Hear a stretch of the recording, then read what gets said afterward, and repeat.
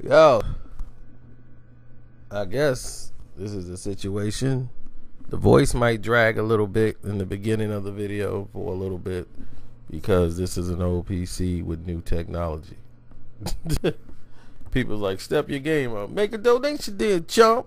Want me to make a GoFundMe? So you can fund me? Not turtly enough for the Turtle Club. Anyway.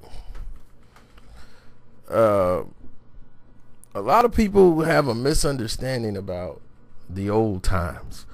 People was like, yeah, it's more grimy now. Well, yeah, no. I mean, it was more brotherly when people saw each other and stopped back then. But that's because there was no internet to breed the hate along. You know, it was a lot of things going on in the park. You know, a lot of events. Now you throw a park fest, one person walk by you don't know, it could be a problem. You know, just because somebody put it on Twitter. You know, it's goofy like that right now. Everybody's being an idiot. So things have changed. The dynamics have changed behind it too. Like we had what was that? Let's take it back to the battle with Busy B and Kool Moe Dee. You know, Busy B used to always win, and he was MC and then controlling the mic. He used to always win that award. And everybody talks about how that happened, and you know, and how Kool Moe Dee, and he came up off of that. But here's what people did know. Busy B, the people he rolled with was some heavy dudes. You know, like the people that was cool with him, he didn't do anything. Busy B was, you know, just doing his thing, going there. But he had guys that was protecting him who brothers was real, you know, some real street heavy dudes. And during the 80s, during the whole, you know, cocaine rise, crack rise, it was people from Brooklyn, the dude who was known as the Luca Brasi of Brooklyn.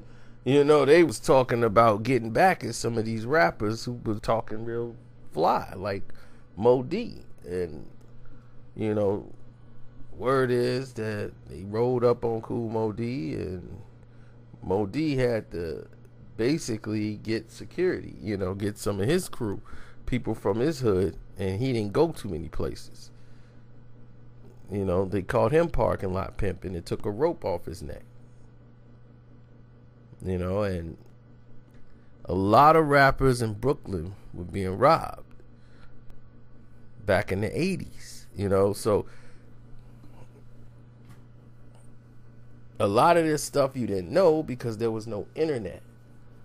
So it was grimy, but the gangsters, it was more gangster stuff happening in the streets because it was organized. New York wasn't gang culture, it was crew and clique. You know, posses. You know, like, yo, this is my posse. And cliques and crews ran everything.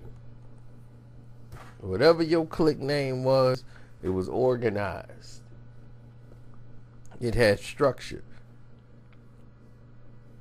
Now everything's all over the place. You got people in New York saying they Bloods and some saying they Crips.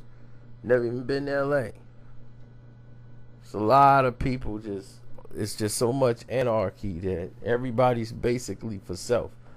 You got Bloods and Crips teaming up. You know, going against another crew from Flatbush somewhere. You know, it's wild over there. But back in those days, it was just as wild. People was missing. It just wasn't as, you know, senseless as now. People know why they was gone back then. A lot of people knew they did something foul. That's the reason they ain't here no more. They knew. So when you hear the stories, you know, understand. This is, you know, this is real talk. You know, a lot of things have happened and transpired through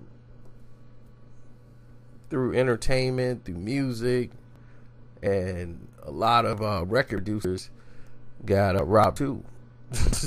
I kid you not. Back then, A&Rs is getting touched. You know, somebody put out and produced a record dissing a rapper. He got it just for producing the record. He didn't know. He's like, I never even heard the record.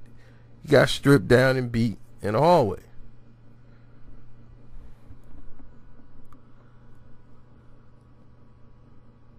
And y'all don't believe me, but tomorrow I'm going to get Max on the line, and he'll tell you about New York.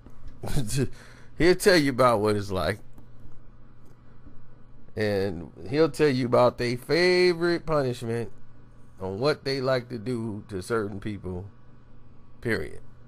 The New York way. That's what, here in Chicago, we call it the New York way. And we'll talk about that tomorrow. I'm out.